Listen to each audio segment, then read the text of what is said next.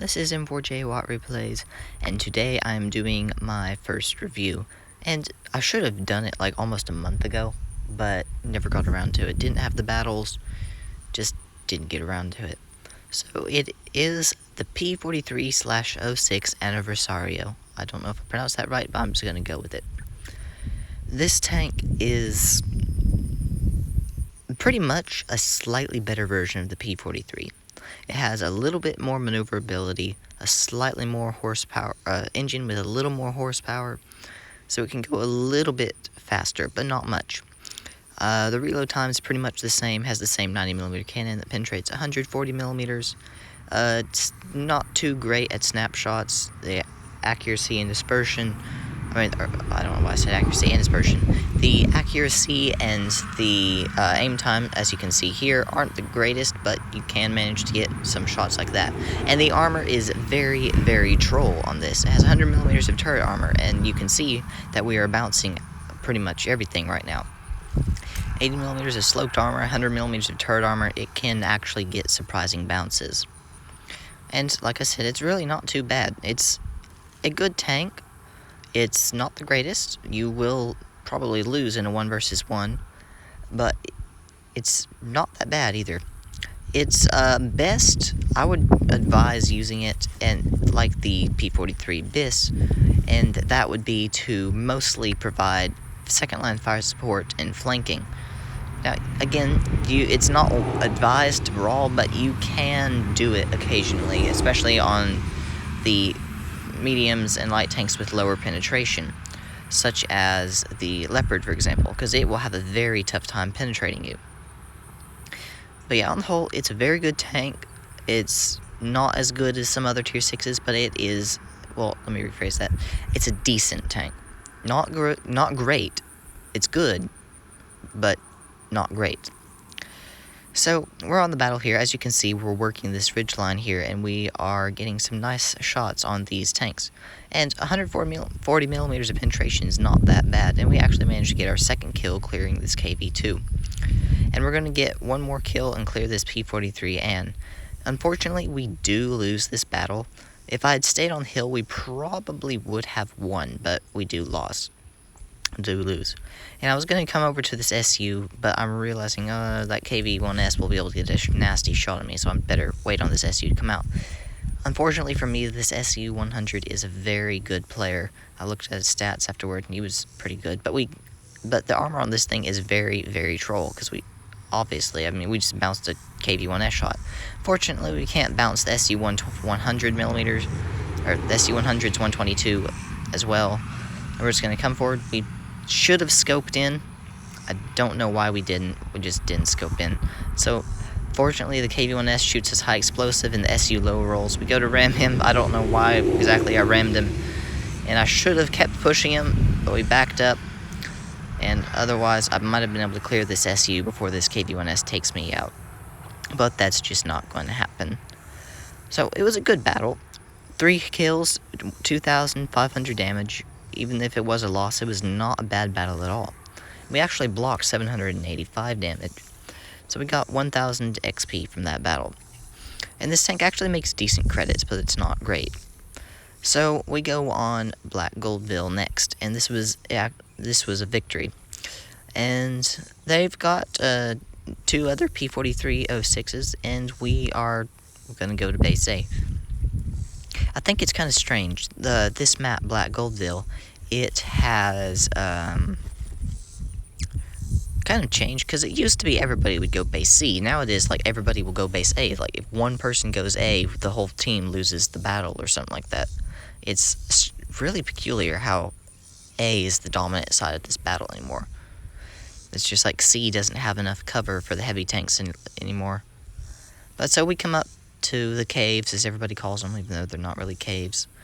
And we're sitting here trying to see if we can get any side shots. And we actually get a beautiful shot on that P.43. I have no idea how that managed to hit and penetrate, but it did. And as you're going to see in a little bit, the thickness, I believe, of the P.43's armor as opposed to another P.43. I'm probably wrong, but we'll see. So I'm going to come out, get a shot on this PZ4, or 5/4, but unfortunately, we kind of pull up onto the hill and can't get our gun down. So back up a bit, come out and get in a nice hold down position. And this tank is pretty good in a hold down position. Don't rely on its armor, but it can be effective. So I'm going to come out again, get another shot on this PZ4. I feel so bad for this poor PZ4. He's just getting absolutely wrecked. So I load the APCR to guarantee the shot, because I know the PZ4 has decent frontal armor, and we take him out. Now this AT8's turning away. We're going to go for his cupula, and it goes right over the top. So I'm going to move forward up to this rock here so I can get a better shot, and the PZ5/4 carcass won't be in the way. And there is the P.43. Fortunately, we hit the building and not him, but he's going to come out again, and you can just see his gun mantlet there. It's just like solid red gun mantlet. We get a nice shot onto the side of his turret. The AT8 turned towards us, so we're going to back up again. This P.43 drives out again. We just aim in, backs out, and he is gone. It's funny because his name is Dances with Death, and he just danced with death, I guess you could say. So we see this AT. We get another nice shot onto his side right there. We're just going to, I think, load APCR. Yes, we're going to load the APCR, get another shot onto his side, and take him out. So now we're going to come over and assist our KV2. And this is, I think this is probably the best battle I've had in this tank. I haven't done too good with it. Wasn't too good with the P.43 BIS either, although I do like these tanks. I just couldn't really pull it off because I'm a little too aggressive after playing those German heavies. So I see this Hellcat, I load the HE because I really haven't used the HE shot. Or, I don't know why I say HE shot. I haven't used the HE yet, so I'm going to come around, get a nice shot on his front, 259. Then he rams me, bumping it up to 300. So I back up, and I manage to reload before he does, but he doesn't really care because he was targeting someone else. And I get a 282 roll. So now I'm going to go for this ARL-44. I'm going to get one last shot on him before he gets taken out. Getting 241, another nice roll. Then he gets taken out by our SU-100. So 4 kills, 1,920 damage, I believe. And again, we make pretty nice credits, 35,000 credits. And so now we're going to watch a replay by, I want to say Boanthropy, free to play again.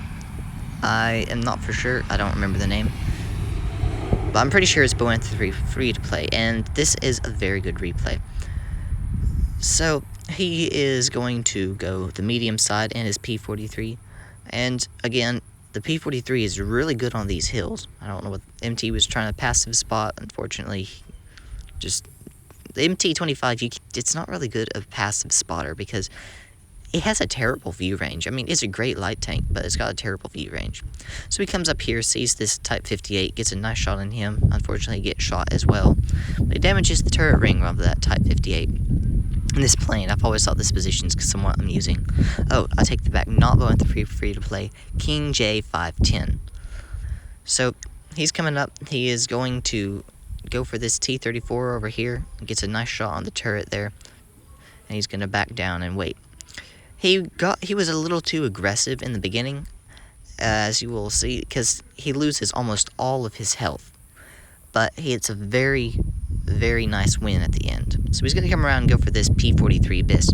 And as you can see, the turret, the P.43 is a troll. He just bounces off the front of that, and he should be able to penetrate.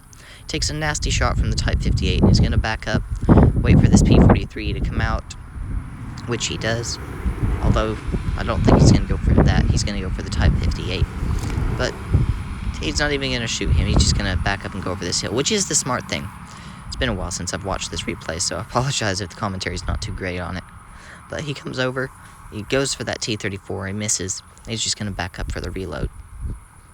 But yeah, 10 degrees of gun depression. It's not bad.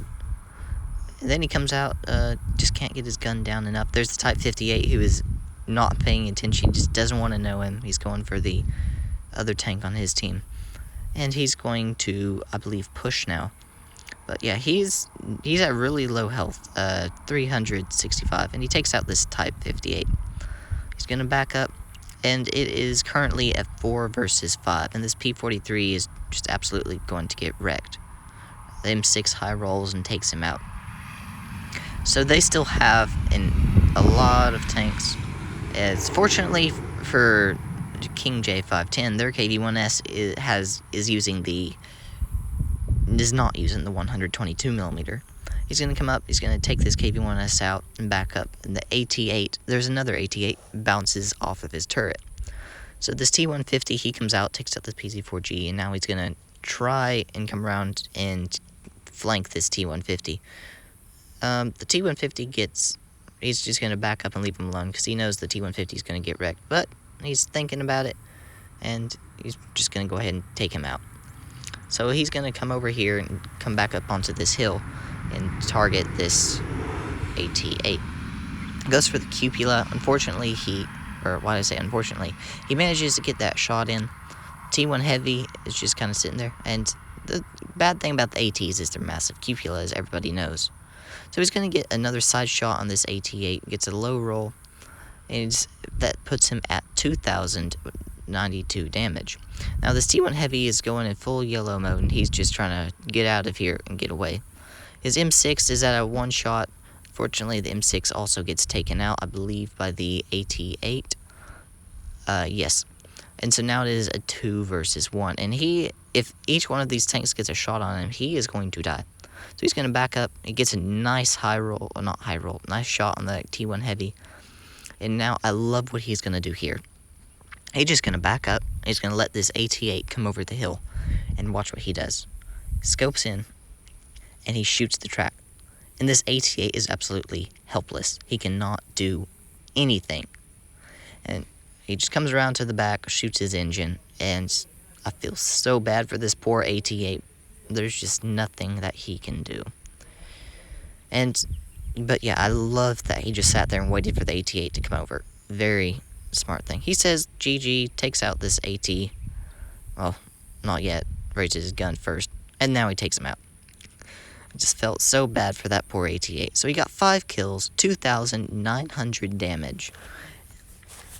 Again, it gets a Mastery Class badge, 1,076 XP. And I thought this was funny, because the first battle I had showed in this review, I had actually gotten more XP, but less people have played this tank since. So he was able to get a Mastery Class badge. Very, very good battle. King J510. If you liked this video, give it a thumbs up. If you didn't, give it a thumbs down. If you haven't subscribed already, go ahead and do so. This is M4J Watt Replays, over and out.